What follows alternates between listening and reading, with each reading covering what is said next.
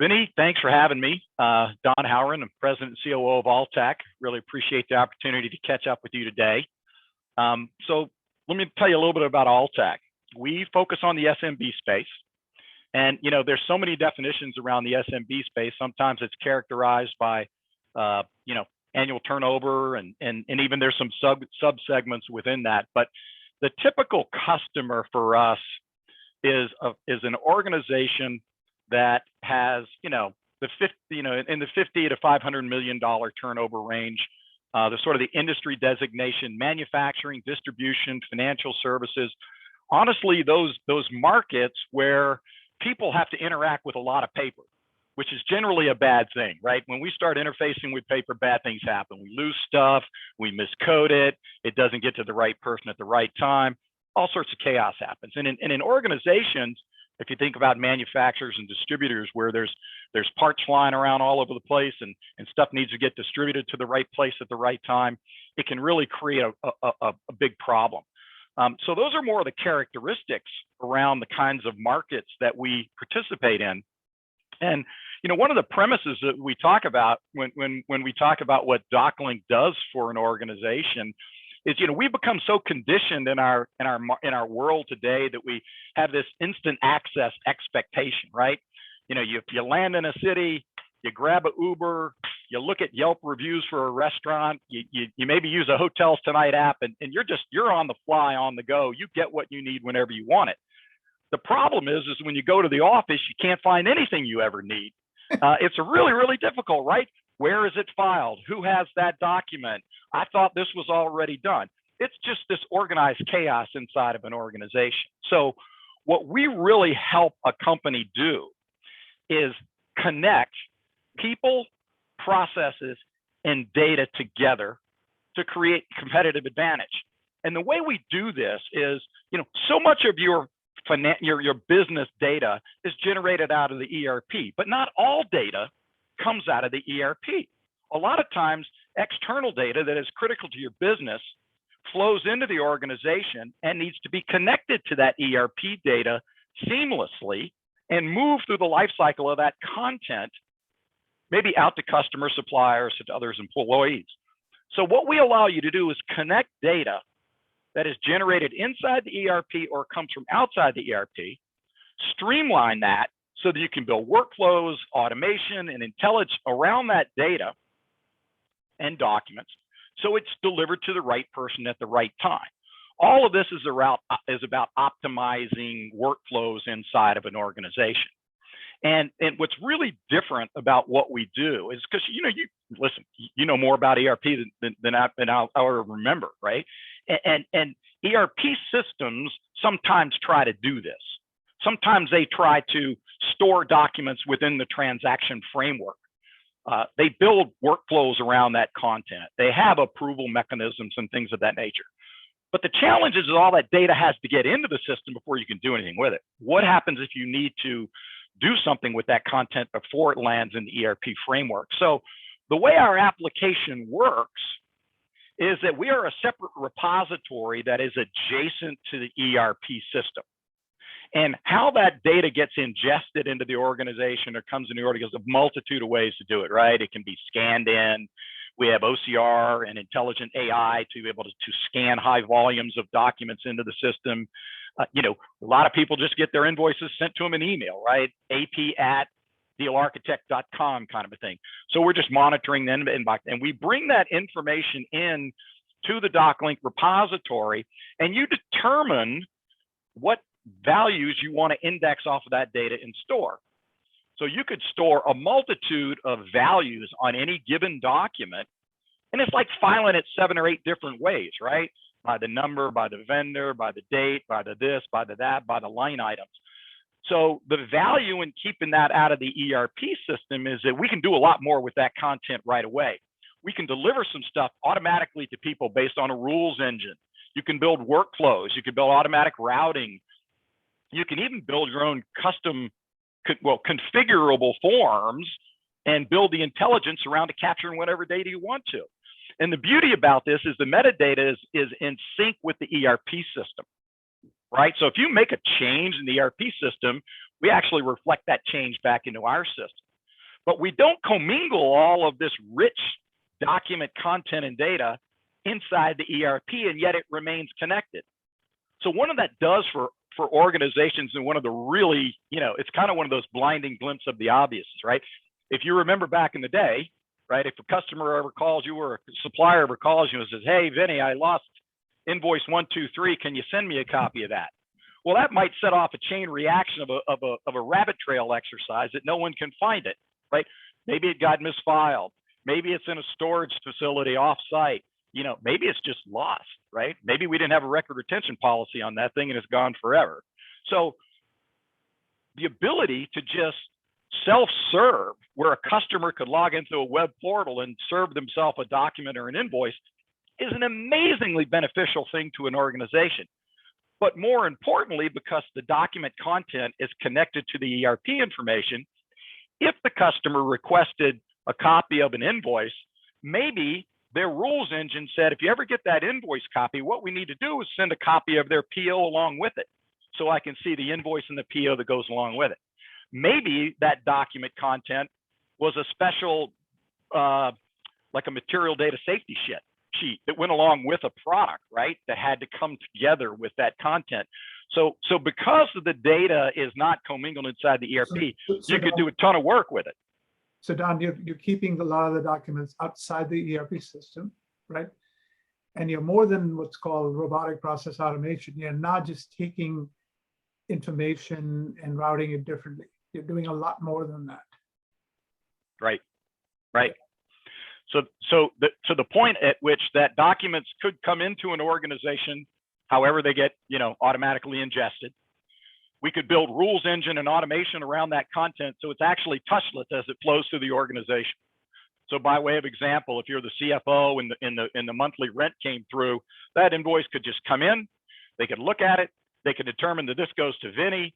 It determined that it is already, the dollar amount is the same as the month before. It could just land in your queue as an approved transaction. You send it over to Payables when it's done. You don't have to touch it and look at it.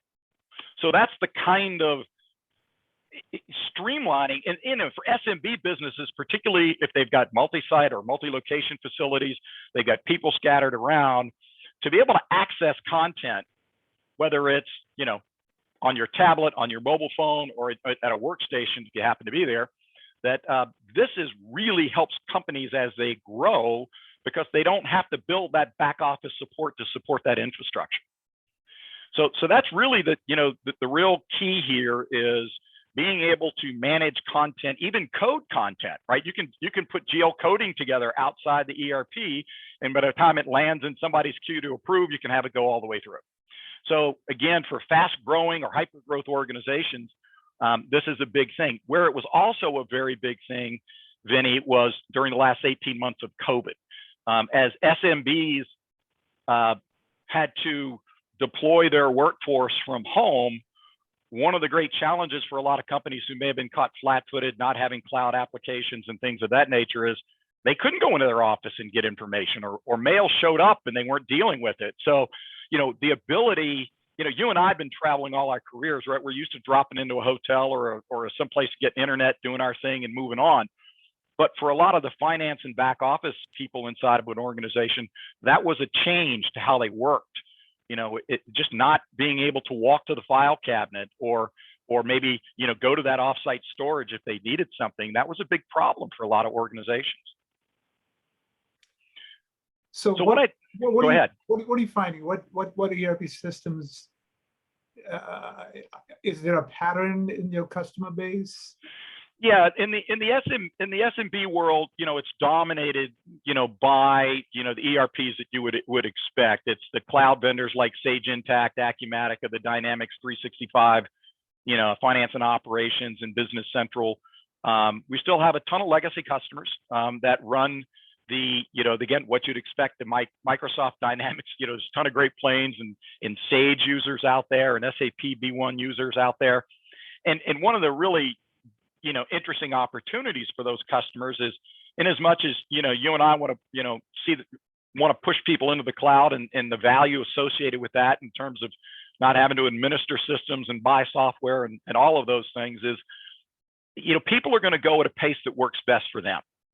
And, in as much as there's an evolution in technology, it's not a revolution that everybody has to move at the same pace. And so there are many of our customers who started on-prem and have moved their systems to a cloud and ERP and moved DocLink into the cloud too. So it's great. It's great because they can move at a pace that works for them.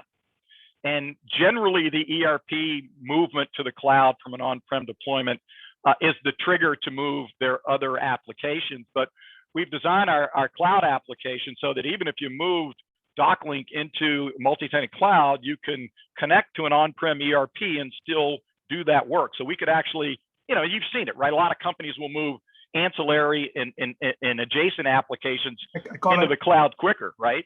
One of the strategies that in one of my books, I identified was ring fence your ERP with a whole bunch of surround applications. So what you're describing, yeah. Mm-hmm. And so that when we have a dialogue with an existing customer, our view is it's not for us to determine your deployment strategy. That's for you guys to determine. And if that's your, if you're ready to do that now, great, we can help you. If you want to wait a year or two as you come out of the COVID time and things are settling down, that's okay too. So it doesn't put pressure on them to make a deployment decision if they're not ready for it. And what we're finding is a lot of our customers really appreciate that. Don, have you found, this is something SAP got into some trouble over a few years ago. They had something called indirect access, where if you touched their data, they wanted you to license every user, even though it was in a surround system. Because hey, you're accessing our data model, you're accessing our data, right? Have you run into some of that? Or no, we haven't, but I appreciate what you're saying. And we have, and again, you have to think about the SMB, what that back office financial organization looks like. It's probably not a big group, right? So, we have a lot of our, with the ERPs that are deployed, there may be as few as 5 or 6 people in the whole finance group, maybe 20 or 25, which would be a fairly large one, right? And yet the people who are accessing content and maybe approving things from remote workforce from their mobile devices is a much larger footprint. So we've created an environment such that if somebody's just doing approval and accessing content that doesn't check out and require that person to have a license or a subscription instance. What would you mentioned CFO a couple of times? Is that the prime buying center, the CFO? Yeah, it is. It is. It's the and again in the larger it's certainly in the office of the CFO, depending on the size of the business and the complexities of their workflows. We typically start in the payable side, right? Most organizations of all size have a paper problem on their AP side. They don't want to miss invoices, they don't want to miss discounts, and this is probably the area that we 90% of the time we start with an organization in this level of automation because the ROI is very quick. It's obvious. It's not something that they look at and go, I still don't see the benefit of that. What happens for the AP staff is that they get time liberated to go do more important things because they're not filing and tracking and managing paper. So what I thought I would do, not so much HR. Well, I'm gonna talk a little bit about that because our solution is kind of it's the traditional sort of land and expand. We try to get organizations to focus on what's the pressing problem today, because we're not a transaction system; it's data and content, right? So we're we live outside gap, debits on the left and credits on the right, so to speak. For us, it's just data that comes through on a piece of paper. What you do with that data and how you manage it through the life cycle of that content through your organization and outside is really up to you. And so it can be any process. So here's a quick analogy, right? So if we start off with doing an AP process, and I'll give you an example here in just a minute about the impacts on a business, because that's what I thought I'd do is walk through 4 or 5 different use cases outside of AP. But if you automate AP and you get that whole thing done, you don't miss deadlines and things are streamlined and papers managed all in one place. Well, that's no different than an expense report, right? Instead of paying a vendor, you're basically reimbursing an employee. the same processes take place. Now, let's be clear, we're not a purpose-built, like, the subject matter, like the Concurs of the world and things like that. We don't integrate to, reservation systems and policy management systems and things like we could, but we just haven't done that. But for an SMB organization that has people out on the road, taking pictures of receipts, ingesting those receipts, sending them into a workflow, getting that workflow to the proper authorization manager, letting them look through, approve, deny, send back messages, it's a perfect little solution for that, right? So if you think about it's just data, what do you want to do with it? That's kind of the world that we live in. And this was a more recent example. Pinders is a custom brokerage house down in the Bahamas. And they had deployed our solution literally shortly before COVID hit.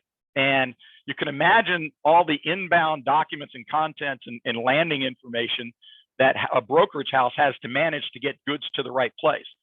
Well, in the Bahamas, they literally had to send everybody home. And because they could deploy our applications in such a way that people could access information in what was, a virtual filing system, they could conduct their work and their affairs throughout the whole COVID. And what they found out was they eliminated almost entirely the paper around their business on the AP side of the house. And they reduced their time to pay people 95%, and everybody in the office was deemed to be functionally more efficient in doing the work, because you just have greater visibility and access to all the information they needed to be able to make sure that freight flowed through their custom brokerage. Yep. So that's sort of what we see people on the AP side of the house, dealing with, and it's really quite simple, really. The ROI on this, I mean, you may have even seen this because this information has been around for a while, but just to file a document manually, to go move that document into this is $20 worth of time and motion. Heaven forbid you have to go retrieve a document you don't know where it is. Nothing makes me more excited to walk into an opportunity when I walk into the home office and I look around and I see rows of filing cabinets or Iron Mountain boxes over in the corner. I go, they have a paper problem, right? Let's put all that stuff in one place. And it doesn't have to be. And you were a great lead in on the HR side of it, but I'd like to flip first to the receivable side of the house, right? So we talked about the payable side of the house, but a lot of our customers, because they're sending out invoices and things of that nature, they require what we refer to simply as supplemental documents that have to go along with it, right? The customer says, you can send me that invoice, but if you don't send those other bits along with it, I'm just not going to pay you, right? So we had one of our customers that was growing pretty rapidly and had to automate the AR process because they had supplemental documents that were like, lot tracking for items or bill of materials, content that went into the items that they were delivering. And if you have to run around and pull all that content together, you just waste a bunch of time. So being able to automate and keep those documents connected to that customer or that invoice information means that stuff can go out automated in a way that you could say every Friday, we want to send them their weekly invoices along with the supplemental documents at noon every day. And off they go. In fact, one of our customers was in the pharmaceutical business, I guess for lack of a better term, they did a lab and sterility testing. So their customers demanded that the lab test and the sterility test that came back were included in the same email, or they simply wouldn't get paid. And so the controller at this customer said to us, he goes, look, my problem is DSOs. We're a publicly traded entity. I got to get paid on time. And if I don't send this information in context to those customers, they simply will delay my payments. And I don't want to have that conversation every 90 days with the analyst about why my DSOs are out of whack because I'm not getting paid on time. That was his issue. Solve that problem for me, and we're off and going. So if you think about from a CFO perspective, it's not just streamlining the ops and getting things out there. They can have bigger business impacts when you think about the ramifications to an organization. But you talked about, You could, I mean, you got my mind flowing in 15 different directions. I mean, I'm thinking assets, right? Asset information. There's so much paper documentation. If somebody could scan it and attach it to the asset data, and I mean, HR, whole bunch of areas. Yeah. well, that's where we typically get called into an opportunity because people have this paper problem in AP. But when they step back and think about the things that you just described, that's where they go, holy cow, this is just data. I can store it all in one place. The security model is such that you can have a multi-company environment, so you can secure it, by company, by user login, and actually redact items on invoices down to the line item level. So no one can get, I can't log in and look at HR documents unless I've been given rights to that company document level of security. So when you think about doing the things like you just described, that's a great use case. In fact, this is kind of a double-edged story here with Econo Supermarkets. They started off doing their AP automation, and they are a supermarket chain in Puerto Rico, and they have seasonal hiring requirements. So they have this resume bank that gets, volumes tick up during the hiring season, and then they hire into the busy season, and things slow down a little bit. But one of the things they wanted to do was they wanted to be able to provide to the hiring managers instant access to resume information that meet the job profiles that they're hiring for seasonal work. So they pulled all the HR information and employee, the equivalent of W-2 information and things that they, onboarding documents, all the relative HR information associated with that candidate, and they streamlined workflows so that they could send out to the hiring managers once approvals took place that the hiring was okay, and they had the resume bank in front of them and they could start sorting through things. So it's just a way to store data inside the organization. Neat. Yeah, and then I think this one will so if you're look, nothing's worse than having even a situation where there's a not accessing of the physical data inside of your organization. But we've had organizations that once they realize that they can automate their AP process, and the business is growing and the volume of data is growing and the number of people involved in it don't get to grow, having all of this stuff in one place means that the finance office can better serve the growth needs of an organization. This is an example of where a company actually had building challenges because of a act of God kind of a thing. It was a hurricane that knocked them out of their business, but they had access to all their data. It was there, and their ability to physically go in the office did not impede them from doing what they needed to do. I was out visiting a healthcare company in Utah a couple of years ago, and I was sitting down with the director of finance and / controller, and we were talking about what they'd done. And again, they started off with AP, and then they started looking at other options. And he said, one day I walked by an office 2 doors down from me, and it was literally filled with healthcare record data and their retention policy was forever. So that thing just occupied space. And he says, why don't we just move all that stuff electronically into one place? That way we can access it when we need it. We don't know whenever we're going to need it. And he did that, and he got an office back. He thought that was the win, getting the office back. He said, but 2 weeks later, he got a call from the state of Utah where somebody had filed a claim from back in the 80s. Now, what do you think the chances are he would have found that physical record from back in the 80s? He said they went into the query system, retrieved it by the person's name, and sent it off electronically. And in a matter of 2 minutes, the request was managed. He goes, it was a luck time thing, right, that it happened.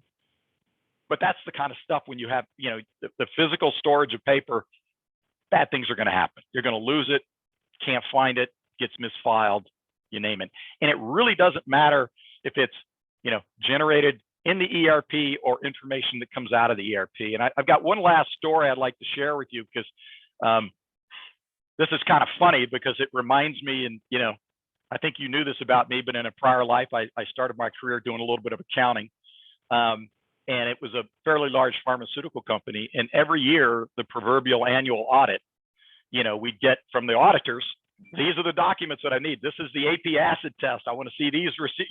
They just gave us the list. Well, I'd be crawling through storage facilities and, looking at offsite storage, trying to find these documents. A lot of times I found them, a lot of times, I didn't. And that's where I learned about the concept of materiality, right? Sometimes they go, whatever, go on with it. But because all the data is stored and connected with the ERP in one place, we can now streamline that audit prep. So when the accounting, when the auditors come in and sit down and say, these are the document requests we need, we have this little thing we call Download Manager, where you can actually set them up as a user, let them query the documents they want. And the beauty about this is that, let's say they want to see that invoice from accounts payable, we'll actually bring along the check payment with it, right? So they get to see both sides of the equation. Or if there's multiple documents associated with that invoice or data request. So now what used to be, a hunt and peck exercise to go try to find data just to serve the audit, we now have people dramatically reducing their audit prep time by just having all the stuff in one place and connected to financial data. So, as you rightly pointed out, right, it's really about, okay, I've got content in my organization that I need to get to certain people. And even if it doesn't originate inside the ERP, I can still capture it, streamline it, connect it, and deliver it. And that's what we do. Don, this is fantastic. Your Uber, Yelp example to start with. Let me give you about a decade ago, in one of my books, an executive said, he says, Vinnie, there's a Sunday night phenomenon at home, and then there's a Monday morning phenomenon. He says the consumer world has become so much more, our TVs are so much more sophisticated. Everything at home has become more sophisticated. Then we go into an office on Monday morning and we go, my God, what happened? So what you're talking about is exactly that. Our expectations of instant access at home should be available in the enterprise, and that's exactly what you're doing. Yeah, regardless of your device. You don't have to be sitting in an office to get that done. And I think that's the exciting part for us, is that as organizations, they're going to move at their own pace, but nothing, nothing has jolted, our market and every market as the last 18 months. And having customers tell us that being able to work and access content remotely and has been, one of the keys to their survival, has been a really fulfilling thing for us. Fantastic, Don. Thank you. Vinnie, thanks. Great to catch up, and I look forward to seeing you soon.